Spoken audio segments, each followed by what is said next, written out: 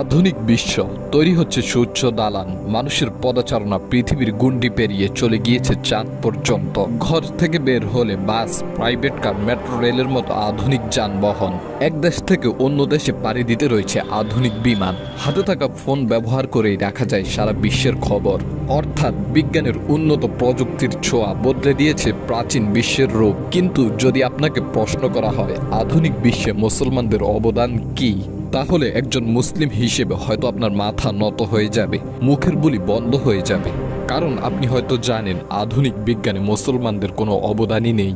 কিন্তু যদি বলা হয় আধুনিক বিজ্ঞানে সবচেয়ে বড় অবদান মুসলমানরাই রেখেছে, তাহলে অবাক হবেন নিশ্চয়ই। হ্যাঁ, আধুনিক চিকিৎসা বিজ্ঞান, জ্যোতির্বিজ্ঞান, পদার্থবিজ্ঞান, মনোবিজ্ঞান, গণিত, রসায়ন, ইঞ্জিনিয়ারিং প্রযুক্তি, ভূগোল ও মানচিত্র তৈরি সহ আধুনিক বিজ্ঞানের সবখানেই রয়েছে মুসলিম বিজ্ঞানী ও ওলামা মাশায়েখদের অসামান্য অবদান। বলা যায় বর্তমান আধুনিক বিজ্ঞানের জনকই হলেন মধ্যযুগের মুসলিম বিজ্ঞানী ও ওলামা মাশায়েখগণ। আজ আমরা জানব আধুনিক বিশ্বে মুসলিম বিজ্ঞানীদের অসামান্য অবদানের গল্প এবং বর্তমান আধুনিক বিজ্ঞান যুগে মুসলমানদের পিছিয়ে থাকার করুণ ইতিহাস। আমরা আমাদের আজকের আলোচনা দুই ভাগে সাজিয়েছি। সর্বপ্রথম আমরা এমন কিছু মুসলিম বিজ্ঞানী ও তাদের অবদান নিয়ে আলোচনা করব, যাদের অবদান না থাকলে আজ এই আধুনিক বিশ্বের ছোঁয়া পেত না বিশ্ববাসী। এরপর আধুনিক বিজ্ঞান যুগে মুসলমানদের পিছিয়ে থাকার করুণ ইতিহাস নিয়ে আলোচনা করা হবে। 1760 থেকে 1840 সালের মধ্যে ইউরোপে শিল্প বিপ্লব সংঘটিত হয়। ইউরোপের এই শিল্প বিপ্লব বদলে দিয়েছে প্রাচীন সভ্যতার ইতিহাস। শুরু হয় আধুনিক সভ্যতা। তবে ইউরোপের শিল্প বিপ্লবের ফলে মানুষ আজ যে আধুনিক সভ্যতার ছোঁয়া পেয়েছে, একসময় ইউরোপীয়রা নিজেরাও বিজ্ঞানের আবিষ্কৃত এমন উন্নত প্রযুক্তির ব্যবহার কল্পনাও করতে পারেনি। কিন্তু ইউরোপীয়রাও যখন এমন উন্নত প্রযুক্তির ব্যবহারের কথা কল্পনাও করতে পারেনি, তার চেয়েও অনেক আগে এই আধুনিক বিশ্বের স্বপ্ন দেখেছিলেন মুসলিম বিজ্ঞানীরা। আর মুসলিম বিজ্ঞানীদের আবিষ্কার ও বিজ্ঞান নিয়ে তাদের ধ্যান ধারণা ও দিক নির্দেশনা এবং তাদের লিখিত গ্রন্থগুলোর উপর ভিত্তি করে পশ্চিমাদের গবেষণার মাধ্যমে ইউরোপে শিল্প বিপ্লব ও আধুনিক বিশ্বের জন্ম হয়। আধুনিক বিশ্বে যে সকল মুসলিম বিজ্ঞানীদের অবদান সবচেয়ে বেশি, তাদের মধ্যে একজন হলো আধুনিক রসায়ন ও আলকেমি বিজ্ঞানের জনক জাবির ইবনে হাইয়ান। পশ্চিমা বিশ্বে তিনি জেবার নামে পরিচিত। আবু মুসা জাবির ইবনে হাইয়ান 721 খ্রিস্টাব্দে ইরানে জন্মগ্রহণ করেন এবং তিনি 815 খ্রিস্টাব্দে ইরাকে মৃত্যুবরণ করেন। আবু মুসা জাবির ইবনে হাইয়ান আধুনিক রসায়ন বিজ্ঞানের জনক হলেও তিনার বিজ্ঞান চর্চা শুধু রসায়নেই সীমাবদ্ধ থাকেনি। রসায়নের পাশাপাশি পদার্থবিজ্ঞান, জ্যোতির্বিজ্ঞান, চিকিৎসা বিজ্ঞানেও তিনার অবদান অসামান্য। তিনি তার জীবনে প্রায় 3000-এরও অধিক গ্রন্থ রচনা করেছিলেন। তিনার লিখিত গ্রন্থগুলো আজও আধুনিক বিশ্বকে পথ প্রদর্শন করে যাচ্ছে। আজ আমরা যে ক্যামেরার সাহায্যে নিজেদের হাসি খুশি মুহূর্তগুলোকে স্মৃতিবন্দী করে রাখি, এই ক্যামেরারও উদ্ভাবক হলেন একজন মুসলিম বিজ্ঞানী। মুসলিম বিশ্বে তিনি ইবনে আল হাইথাম নামে পরিচিত, পশ্চিমা বিশ্বে তিনি আল হাজেন নামে পরিচিত। মুসলিম বিজ্ঞানী ইবনে আল হাইথামকে অপটিক্স বা অলোক বিজ্ঞানের জনকও বলা হয়। আবু আলী আল হাসান ইবনে আল হাইথাম 965 খ্রিস্টাব্দে ইরাকের বসরা শহরে জন্মগ্রহণ করেন এবং 1040 খ্রিস্টাব্দে মিশরের কায়রো শহরে মৃত্যুবরণ করেন। অলোক বিজ্ঞানের জনক হলেও তিনার গবেষণা শুধুমাত্র অলোক বিজ্ঞানেই সীমাবদ্ধ থাকেনি। অপটিক্সের পাশাপাশি তিনি ছিলেন একজন গণিতবিদ, জ্যোতির্বিদ ও পদার্থবিদ। তিনার লিখিত গ্রন্থ কিতাব আল মানাজির আজও বিশ্বকে আধুনিকতার আলো দেখিয়ে যাচ্ছে। আধুনিক বিশ্বে যে সকল মুসলিম বিজ্ঞানীদের অবদান সবচেয়ে বেশি, তাদের মধ্যে একজন হলেন ভূবিজ্ঞানের জনক মহাজ্ঞানী আল বেরুইনি। আল বেরুইনি 973 খ্রিস্টাব্দে বর্তমান উজবেকিস্তানে জন্মগ্রহণ করেন এবং 1050 খ্রিস্টাব্দে বর্তমান আফগানিস্তানে মৃত্যুবরণ করেন। তিনি তার 77 বছরের জীবনে বিশ্ববাসীর জন্য যে অবদান রেখে গিয়েছেন তা সত্যি অসামান্য। আল বেরুইনি পাথরের গঠন, খনিজ পদার্থ, পৃথিবীর আকার, পাহাড় পর্বত, নদী সমুদ্র, ভূপৃষ্ঠ ও চাঁদের বিভিন্ন অবস্থা, দিন রাতের পরিবর্তন এবং চাঁদ সূর্যের গতি, চন্দ্রগ্রহণ ও সূর্যগ্রহণ নিয়ে গবেষণা করেন। মহাজ্ঞানী আল বেরুইনিকে ভূবিজ্ঞানের পাশাপাশি ইন্দোলজির জনকও বলা হয়। মহাজ্ঞানী আল বেরুইনি সর্বপ্রথম নির্ভুল মানচিত্র তৈরি করেন। ভূবিজ্ঞানের পাশাপাশি তিনি ছিলেন প্রাক আধুনিক যুগের বিশ্ববিখ্যাত দার্শনিক। তিনি ছিলেন একজন গণিতবিদ, জ্যোতির্বিদ, পদার্থবিদ। আধুনিক চিকিৎসা বিজ্ঞানেও আল বেরুইনির অবদান অসামান্য। মহাজ্ঞানী আল বেরুইনি ছিলেন বহুবিদ্যার বিশারদ। তিনি ভারত উপমহাদেশের ধর্ম সংস্কৃতি নিয়েও তুমুল গবেষণা করেন। মহাজ্ঞানী আল বেরুইনি শুধু মুসলিম বিশ্বেই নয়, বরং তিনি ছিলেন সমগ্র বিশ্বের শ্রেষ্ঠ জ্ঞানীদের একজন। মহাজ্ঞানী আল বেরুইনি প্রায় ১৪৬টি গ্রন্থ রচনা করেন, যার মধ্যে ৯৫টিরও বেশি গ্রন্থ ভূবিজ্ঞান, জ্যোতির্বিজ্ঞান, গণিত, ভূগোল, চিকিৎসাশাস্ত্র এবং খনিজ বিজ্ঞান নিয়ে। তার বাকি গ্রন্থগুলো ইতিহাস, ধর্ম, দর্শন এবং সংস্কৃতির উপর রচিত হয়েছিল। মহাজ্ঞানী আল বেরুইনির জগৎ বিখ্যাত গ্রন্থ আল কানুন আল মাসউদি, কিতাব আল জামহির ও তাহকিক মালিল হিন্দের মতো জগৎ বিখ্যাত গ্রন্থগুলো আজও আধুনিক বিশ্বকে পথ প্রদর্শন করে যাচ্ছে। আধুনিক বিশ্ব তৈরি হয়েছে আধুনিক প্রযুক্তির দ্বারা, আর আধুনিক প্রযুক্তি বিজ্ঞানের জনক হিসেবে পরিচিত বিশ্ববিখ্যাত এক মুসলিম মনীষীর নাম ইসমাইল আল জাজারি। আল্লামা ইসমাইল আল জাজারি ছিলেন মহাজ্ঞানী আল বেরুইনির মতোই বহুবিদ্যার বিশারদ। তিনি ৫৩১ হিজরিতে বর্তমান সিরিয়া ও তুরস্কের মধ্যবর্তী স্থান জাজিরা নামক অঞ্চলে জন্মগ্রহণ করেন এবং ৬০৩ হিজরিতে মৃত্যুবরণ করেন। আল্লামা ইসমাইল আল জাজারি আধুনিক বিজ্ঞান প্রযুক্তিতে যে অবদান রেখেছেন তা ভাষায় প্রকাশের ঊর্ধ্বে। তিনি প্রাচীন বিশ্বকে আধুনিক সভ্যতার আলো দেখিয়েছেন। আল্লামা ইসমাইল আল জাজারি তিনি তার জীবনে অনেক গুরুত্বপূর্ণ বিষয় উদ্ভাবন করেছেন, যা আধুনিক যন্ত্রবিদ্যা, রোবোটিক্স এবং অটোমেশন প্রযুক্তির ভিত্তি স্থাপন করে। তিনি তার বিখ্যাত গ্রন্থ কিতাব ফিল মারিফাত আল হিয়াল আল হান্দাসিয়াতে ১০০টি যন্ত্রের আবিষ্কার নকশা সহ বর্ণনা করেন। তবে বিশ্ববিখ্যাত এই মহান মনীষীর জ্ঞান চর্চা শুধু ইঞ্জিনিয়ারিং প্রযুক্তিতেই সীমাবদ্ধ থাকেনি। ইঞ্জিনিয়ারিং প্রযুক্তির পাশাপাশি তিনি আল কুরআন, ইলমে ফিকাহ ও হাদিস শাস্ত্রের উপরও পাণ্ডিত্য অর্জন করেন। আধুনিক গণিত বিজ্ঞানেও আল্লামা ইসমাইল আল জাজারির অবদান অসামান্য। বিজ্ঞান জগতের সবচেয়ে বড় বিজ্ঞান হল চিকিৎসা বিজ্ঞান। চিকিৎসা বিজ্ঞান সরাসরি মানব অস্তিত্বের সাথে সম্পৃক্ত। মানব ইতিহাসে যে সকল বিজ্ঞানী বিশ্ববাসীর জন্য সবচেয়ে বেশি অবদান রেখেছে, তাদের মধ্যে সর্বপ্রথম যার নাম উল্লেখ করা হয় তিনি হলেন আধুনিক চিকিৎসা বিজ্ঞানের জনক আল্লামা ইবনে সিনা। পশ্চিমা বিশ্বে তিনি আবি সিনা নামে পরিচিত। আল্লামা ইবনে সিনার সম্পূর্ণ নাম হল আবু আলী আল হোসাইন ইবনে আবদুল্লাহ ইবনে সিনা। আল্লামা ইবনে সিনা ইসলামের স্বর্ণযুগ ৯৮০ খ্রিস্টাব্দে উজবেকিস্তানে জন্মগ্রহণ করেন এবং ১০৩৭ খ্রিস্টাব্দে আধুনিক ইরানে মৃত্যুবরণ করেন। আল্লামা ইবনে সিনা মাত্র ৫৭ বছরের জীবনে বিশ্ববাসীর জন্য যে অবদান রেখে গিয়েছেন তার দৃষ্টান্ত শুধুমাত্র অসামান্য বলেই বোঝানো কঠিন। ইবনে সিনা চিকিৎসা বিজ্ঞানের জনক হলেও মূলত তিনি ছিলেন প্রাক আধুনিক যুগের সবচেয়ে বড় দার্শনিক। একই সাথে তিনি ছিলেন বহুবিদ্যার বিশারদ। আধুনিক চিকিৎসা বিজ্ঞানের পাশাপাশি আল কুরআন, ইলমে ফিকাহ, হাদিস শাস্ত্র, আধুনিক জ্যোতির্বিজ্ঞান, মনোবিজ্ঞান, পদার্থবিজ্ঞান, ভূবিজ্ঞান, গণিত, আলকেমি ও সাহিত্যেও তার অবদান অসামান্য। মাত্র ১০ বছর বয়সে ইবনে সিনা আল কুরআন হিফজ করেন, এরপর ইলমে ফিকার উপর পাণ্ডিত্য অর্জন করেন।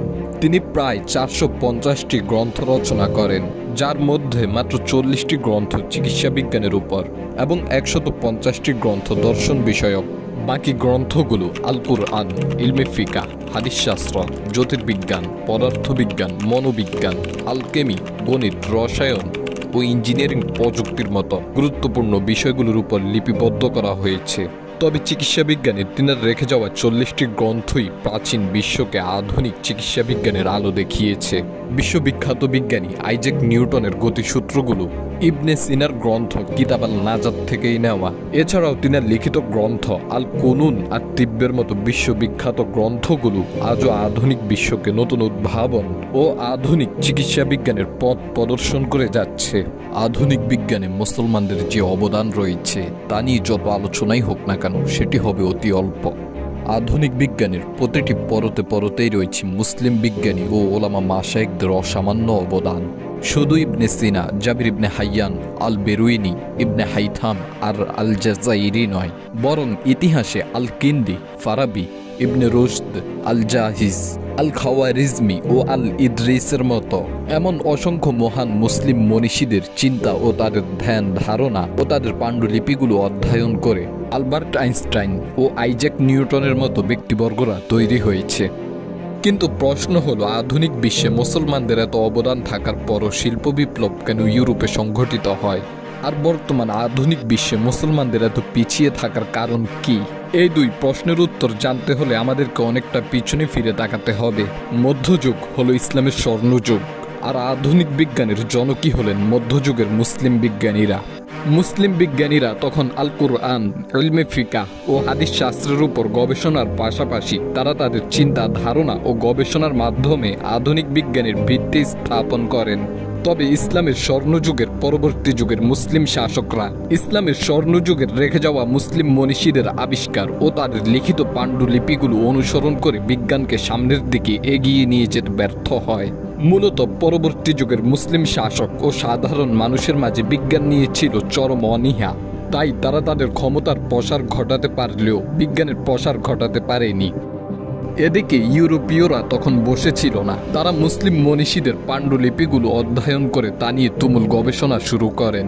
এরপর মধ্যযুগের মুসলিম বিজ্ঞানীদের দিক নির্দেশনা এবং ইউরোপীয়দের গবেষণার সমন্বয়ে ইউরোপে শিল্প বিপ্লব সংগঠিত হয়। ইউরোপের শিল্প বিপ্লবের ফলে ব্রিটিশ হয়ে ওঠে পৃথিবীর সবচেয়ে শক্তিশালী সাম্রাজ্য। তখন ব্রিটিশ আধিপত্য ছড়িয়ে পড়ে সারা বিশ্বে। আধুনিক বিজ্ঞান প্রযুক্তিকে ইউরোপীয়রা শুধুমাত্র শিল্পক্ষেত্রেই সীমাবদ্ধ রাখেনি, বরং আধুনিক বিজ্ঞান বদলে দিয়েছে প্রাচীন রণাঙ্গন ও সামরিক বাহিনীর চিত্র। এমনকি তখন ব্রিটিশদের একক আধিপত্যের প্রভাব ও নানান ষড়যন্ত্রে মুছে যায় প্রায় 700 বছর যাবৎ বিশ্ব শাসন করা ওসমানীয় সাম্রাজ্য। অথচ ওসমানীয়রা যদি তখন মুসলিম বিজ্ঞানী ও তাদের পূর্বপুরুষদের রেখে যাওয়া পাণ্ডুলিপিগুলোর উপর গবেষণা করে বিজ্ঞানকে সামনের দিকে নিয়ে যেত, তাহলে ব্রিটিশরা কখনো ওসমানীয়দের সামনে মাথা তুলে কথা বলার সাহসই পেত না। বোঝাই যাচ্ছে পশ্চিমারা সর্বদিক দিয়ে কেন আমাদের থেকে এত এগিয়ে। কিন্তু আজ দুঃখের সাথে কয়েকটি কথা বলতেই হয়। আজ আমরা ইসলামের সেই সোনালী শাসন ফিরিয়ে আনার স্বপ্ন দেখছি, অথচ আমাদের নেই কোনো উন্নত প্রযুক্তি, নেই কোনো গবেষণা, আমাদের নেই কোনো ইসলামিক সামরিক বাহিনী। আমাদের ইসলামের সেই সোনালী শাসন ফিরিয়ে আনার এখন একমাত্র ভরসাই হচ্ছে শিরকের ধর্ম গণতন্ত্র। ইসলাম এত সহজে প্রতিষ্ঠিত হয়নি, আর গণতন্ত্র দিয়ে ইসলাম কখনো প্রতিষ্ঠিত হবেও না। যাই হোক, একটি বিষয় লক্ষ্য করুন, মহান আল্লাহ তাআলা তার সকল আম্বিয়া আলাইহিস সালামকে ওই সকল বিষয় সবচেয়ে বেশি মর্যাদা দান করেছেন যে সকল বিষয় সে সময়কার মানুষের আগ্রহ ছিল ব্যাপক। যেমন নবী হযরত মুসা আলাইহিস সালামের যুগে জাদুবিদ্যার চর্চা ছিল ব্যাপক। তাই মহান আল্লাহ তাআলা তিনাকে এমন মর্যাদা দান করেছেন যে মর্যাদার কাছে নতি স্বীকার করেছেন দুনিয়ার সকল জাদুকর। একইভাবে নবী হযরত ইউসুফ আলাইহিস সালামের যুগে মানুষের মাঝে সৌন্দর্যের চর্চা ছিল ব্যাপক। তাই মহান আল্লাহ তাআলা হযরত ইউসুফ আলাইহিস সালামকে পৃথিবীর সকল মানুষের উপর সৌন্দর্যের শ্রেষ্ঠত্ব দান করেছেন। হযরত ঈসা আলাইহিস সালামের যুগে মানুষের মাঝে চিকিৎসাবিদ্যার চাহিদা ছিল ব্যাপক বেশি। তাই মহান আল্লাহ তাআলা তিনাকে চিকিৎসাবিদ্যার মধ্যে শ্রেষ্ঠত্ব দান করেন। আমাদের নবী হযরত মুহাম্মদ সাল্লাল্লাহু আলাইহি ওয়াসাল্লামের যুগে সাহিত্যের চর্চা ছিল ব্যাপক। মহান আল্লাহ তাআলা আমাদের নবী হযরত মুহাম্মদ সাল্লাল্লাহু আলাইহি ওয়াসাল্লামকে পৃথিবীর সর্বকালের সর্বশ্রেষ্ঠ সাহিত্যিকতার মর্যাদা দান করেন। এবার আসুন আমাদের যুগে, যদি আমরা কেউই নবী না, কিন্তু যেহেতু এই যুগ আধুনিক বিজ্ঞান ও উন্নত প্রযুক্তির যুগ, তাই উচিত ছিল আমরা মুসলমানরাই হব আধুনিক বিজ্ঞান ও উন্নত প্রযুক্তিতে সেরা। কিন্তু আমরা হয়েছি উল্টো। আমাদের জীবনের এখন প্রতিটি পরতে পরতেই আধুনিক বিজ্ঞানের প্রয়োজন, অথচ আধুনিক বিজ্ঞান নিয়ে এখনো আমাদের চরম অনীহা। এদিকে স্কুল কলেজগুলোতে চলছে প্রেম আড্ডা, ইসলাম নিয়ে তাদের তেমন কোনো আগ্রহ নেই। আমাদের কলেজ ইউনিভার্সিটিগুলোতে বিজ্ঞান নিয়ে উন্নত কোনো গবেষণাও নেই। আজ আমি স্কুল কলেজের শিক্ষা ব্যবস্থা নিয়ে আলোচনা করব না, তাদের আলোচনা আজ বাদই দিলাম। আজ আমি মাদ্রাসার শিক্ষা ব্যবস্থা নিয়ে কিঞ্চিত আলোচনা করব, কারণ ইসলামের সোনালী শাসন ফিরিয়ে আনার এখন সবচেয়ে বড় স্বপ্ন দ্রষ্টাই হচ্ছে মাদ্রাসাগুলো। পূর্বেই বলেছি, ইউরোপীয়রা আধুনিক বিজ্ঞানকে শুধুমাত্র শিল্পক্ষেত্রেই সীমাবদ্ধ রাখেনি, বরং আধুনিক বিজ্ঞান বদলে দিয়েছে প্রাচীন রণাঙ্গন ও সামরিক বাহিনীর চিত্র। আজ আমি আলেম সমাজের কাছে প্রশ্ন রাখছি, আধুনিক বিশ্বের সাথে যুদ্ধের জন্য আধুনিক অস্ত্রের প্রয়োজন। আধুনিক অস্ত্রের ব্যবহারের জন্য আধুনিক সামরিক বাহিনীর প্রয়োজন। কিন্তু হঠাৎ যদি কাফেরদের সাথে আমাদের যুদ্ধ শুরু হয়, তাহলে কোথায় আমাদের আধুনিক অস্ত্র আর কোথায় আমাদের আধুনিক সামরিক বাহিনী? হাস্যকর বিষয় হচ্ছে, তাদের সাথে মোকাবিলা করার জন্য আমরা তাদেরই অস্ত্রের উপর নির্ভরশীল।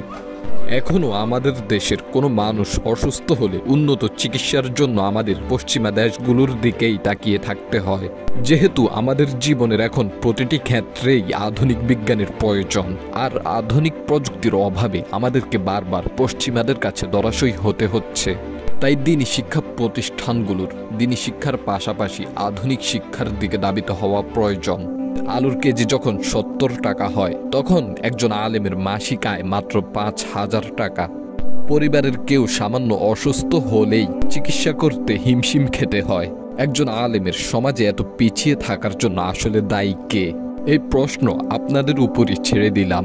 নিশ্চয়ই একটি জাতিকে সভ্য জাতি হিসেবে গড়ে তোলার জন্য এবং মহান আল্লাহ তাআলার আদেশ নিষেধ পালন করার জন্য ইসলামী শিক্ষার গুরুত্ব অপরিসীম। কিন্তু সভ্য জাতির পাশাপাশি পশ্চিমাদের সামনে মাথা উঁচু করে থাকার জন্য এবং আধুনিক চিকিৎসা সেবা ও উন্নত প্রযুক্তির ব্যবহারের জন্য আধুনিক শিক্ষার প্রয়োজনও অপরিসীম। রাসূলুল্লাহ সাল্লাল্লাহু আলাইহি ওয়াসাল্লাম বলেন, জ্ঞান অর্জন করা প্রত্যেক মুসলমানের উপর ফরজ।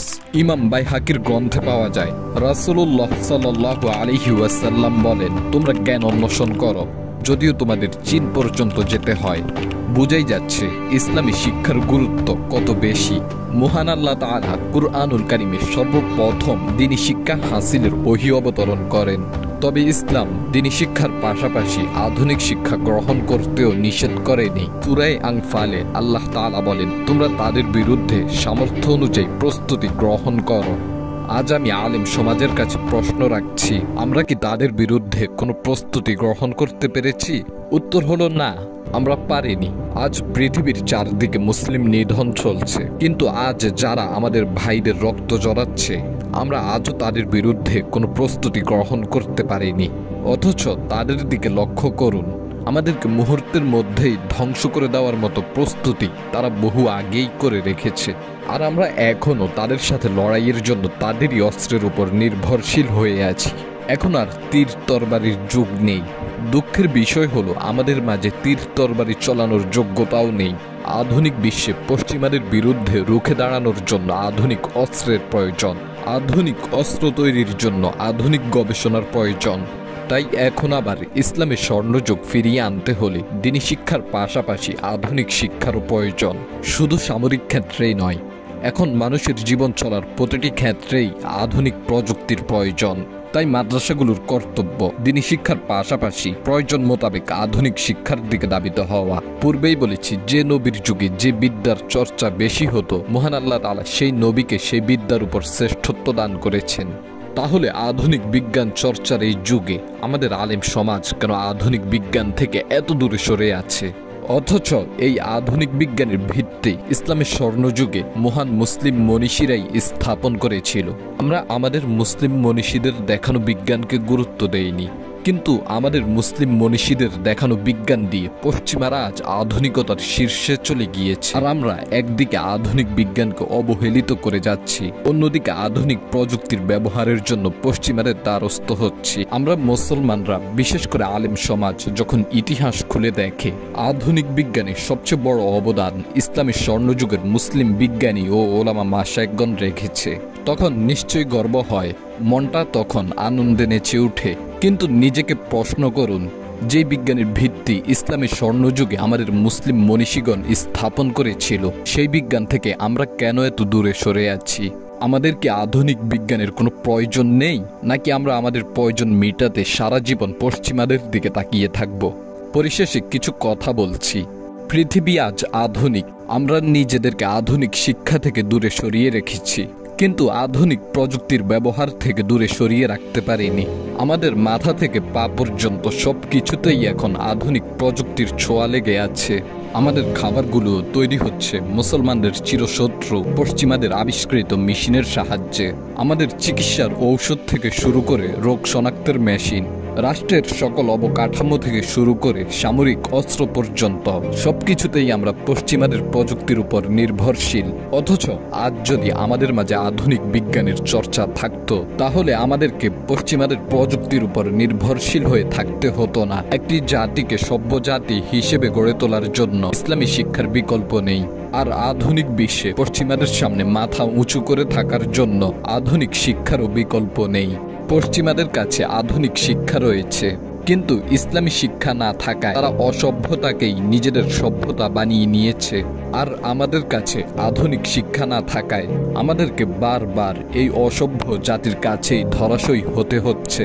তাই বর্তমান প্রেক্ষাপটে আমাদের মাদ্রাসাগুলোতে ইসলাম ও আধুনিক বিজ্ঞানের সমন্বয়ে শিক্ষা ব্যবস্থা গঠন করা এবং স্কুল কলেজগুলোতে আরও উন্নত গবেষণার পাশাপাশি ধর্মীয় শিক্ষাকে সিলেবাসের অন্তর্ভুক্ত করা অত্যন্ত জরুরি।